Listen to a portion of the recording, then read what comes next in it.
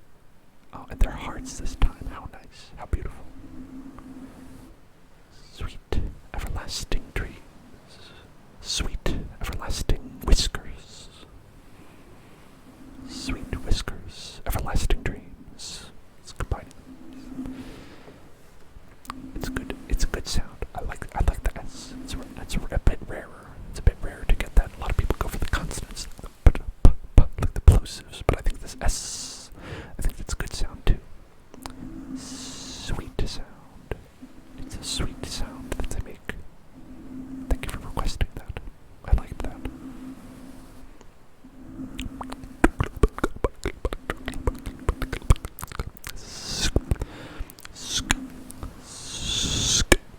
Do you like that too? Do you like this? Because I think that's a good one as well.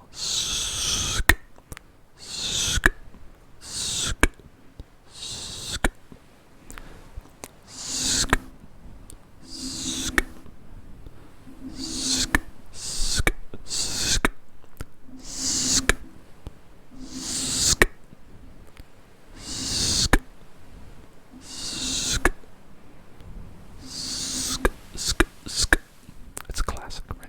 Everybody loves the sk. But I think, it's like, I feel like it's like, do you like this, or do you like the k? There's people like this, and there's people like the k. Sk. So that's one that gets both sides of the ASMR aisle.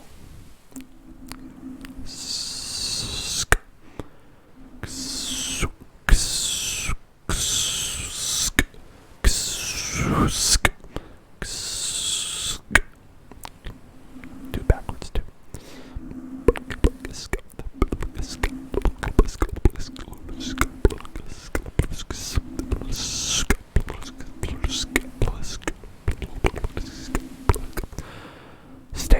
Stanza requests. Crisp snips. Crisp snips. Crisp snips. Crisp snips. Crisp snips. Crisp snips. Crisp snips. Crisp snips. Crisp snips. Crisp snips. Crisp snips. Crisp snips. Crisp snips. Crisp snips. Crisp snips. Crisp snips. Crisp snips. I think so too, Ollie. That I like sk better. Sk, motherfucker. You know, as they say, as Little John said. Crisp snips. Crisp snips. Crisp snips. Crisp snips. Crisp snips. Crisp snips. Crisp snips. It's, when I'm saying that, it sounds like kind of like almost like you're saying Christmas, Christmas, like that, but it's crisp snips. Crisp snips.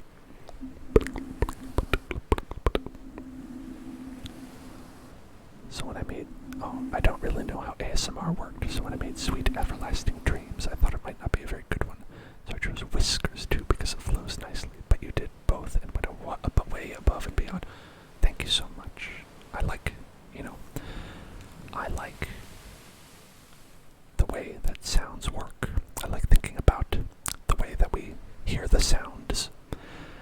So when I hear a good word, I like to think about that, and I like to think about the way that like our minds and our ears hear the words, hear the letters. Spelling, Spanish spelling. Coconut. That's a good one. I love coconut. Coconut. My favorite trigger word. There are quite a few that I like. I would have to look. Well, thank you so much for following, Scarlet Rogue. Welcome to the Hell Zone. I hope you have sweet, everlasting dreams.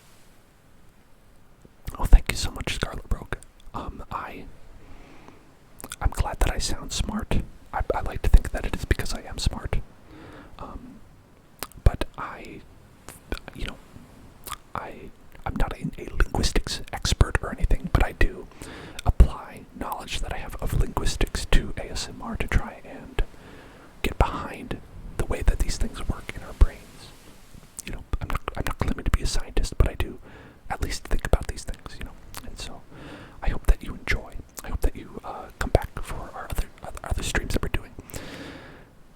Since a couple of you here are new, I'll say that we do these like fun little streams that we have, these ASMR streams on Sunday night, and we do them on Wednesday night, and on Monday and Friday we play a game, but we're playing Dark Souls in ASMR, a whispered ASMR Dark Souls. So it's like kind of a fun combination of ASMR and gaming on Twitch.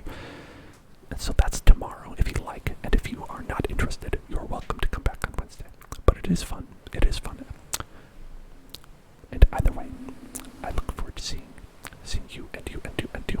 Scarlet Broke being very nice. Ollie Hyper with the very nice coconut. And the nice chats that we were having earlier. Alright, interesting facts about Germany. Thank you very much. Stanzer with their very nice emotes that they have. I am not entirely sure if that is Gritty the Philadelphia guy, but if it is, I love that, and if it's not, it's still very good. I had a lovely time meeting all of you. And I appreciate it. Oh, please more. Well, what would you like, sir?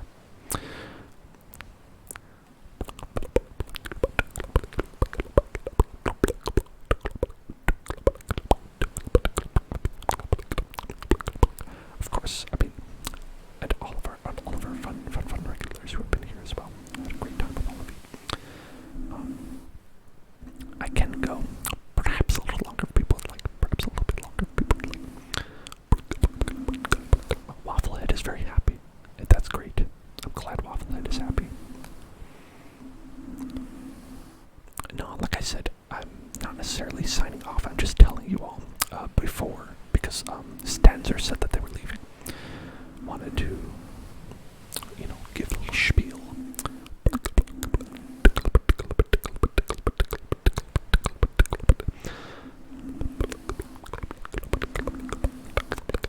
Before I go, oh, Wafflehead, I am so glad that made your night better. That is so great. I appreciate that so much. And if there's anything that I can do for you folks, if I can do anything to make you a little bit more relaxed before we end, please let me know. I don't have to get off right this moment. Okay. Not well. Strong kelp needs to be bonk. You go to horny jail. Okay, but other than him, if there's anything that I can do to make your night a little bit more relaxed, please let me know. And I'd be happy to do so. Before we get going, if you want some more trigger words like that, like that. That would be. I could do that. Oh, I could drink something for sure. That's pretty fun. I've got a beverage right here. It's called water.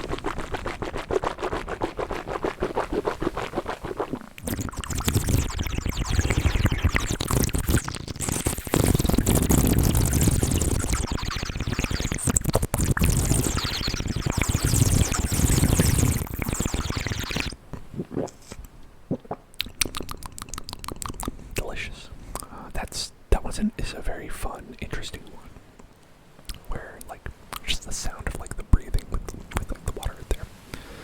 I could try to get like a big gulp in there.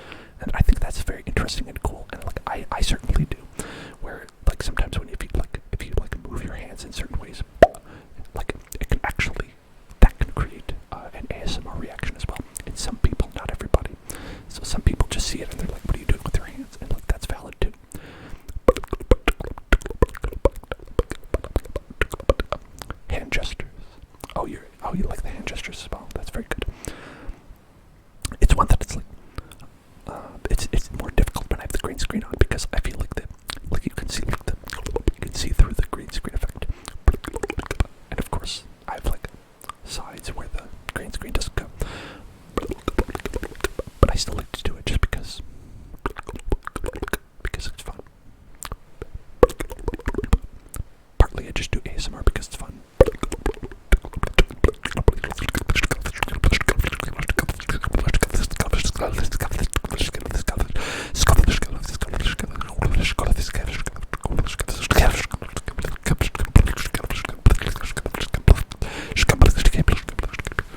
Stuff like that. You know, there's all kinds of different fun antics we like to get up to in these streams, and so they're a good time.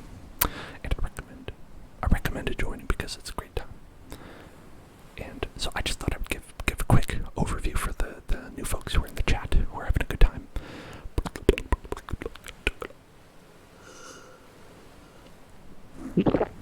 There's a good swallow for you, hopefully. Hopefully that came through.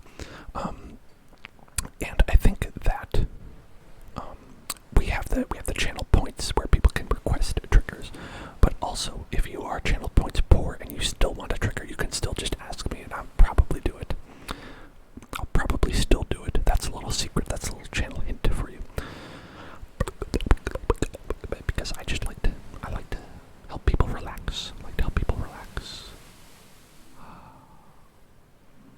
Just nice relaxation.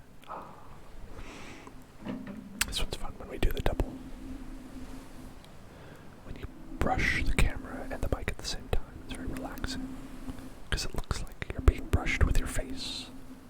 Looks like your face is being brushed at the same time as the camera.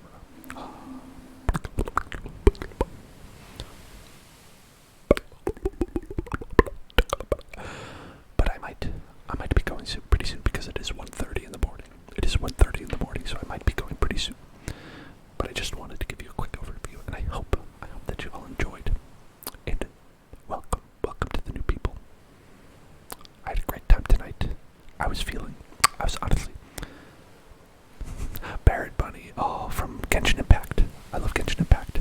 Barrett Bunny, Barrett Bunny, Barrett Bunny, Barrett Bunny, Barrett Bunny, Barrett Bunny, Barrett Bunny. Amber's so cute.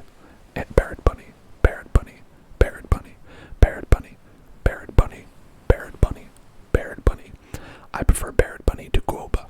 I know I don't know if that's controversial, but I like it. Barrett Bunny, Barrett Bunny, Barrett Bunny, Barrett Bunny, Barrett Bunny, Barrett Bunny.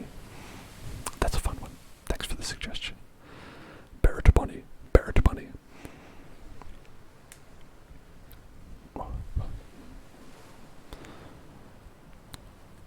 Are you a Genshin Impact player? I assume so.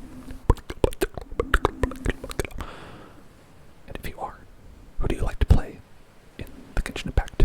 Who is your... Oh, not really. Oh, interesting. Okay. I thought that was a Genshin Impact thing. I might be wrong. Dumb me. Oh, the witch. Lisa.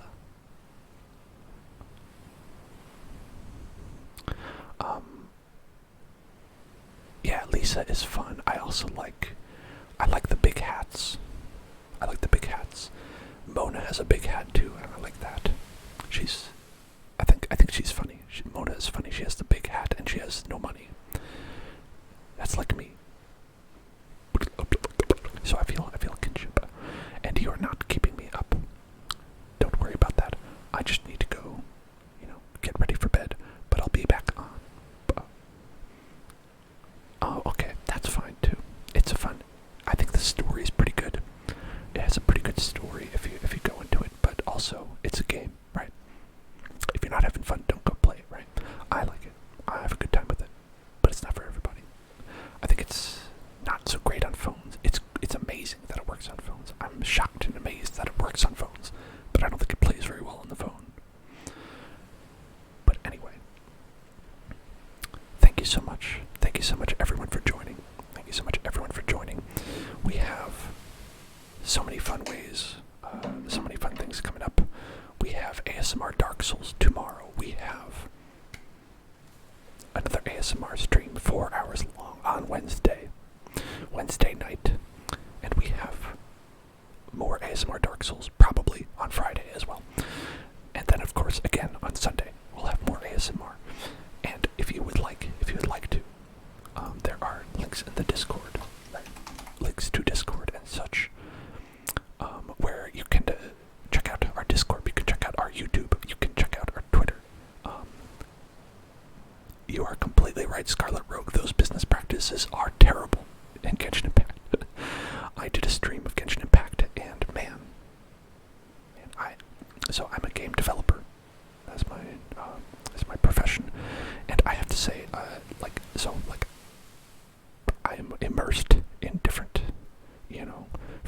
say business things, and I just got, nothing makes me more upset when people like try to manipulate people into spending money that way, with like the gambling and the, you know, the FOMO and all that stuff.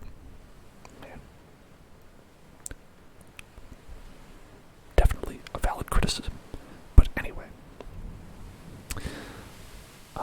we have a good Discord. People chat. Twitter is a good place to find out about the streams if you don't have the notifications turned on in Twitch or anything like that. And YouTube is a great place to watch my ASMR when I'm not online and you want to hear the fun things that we say and the words that come out and the sounds and all that. And that being said, thanks everyone for joining me.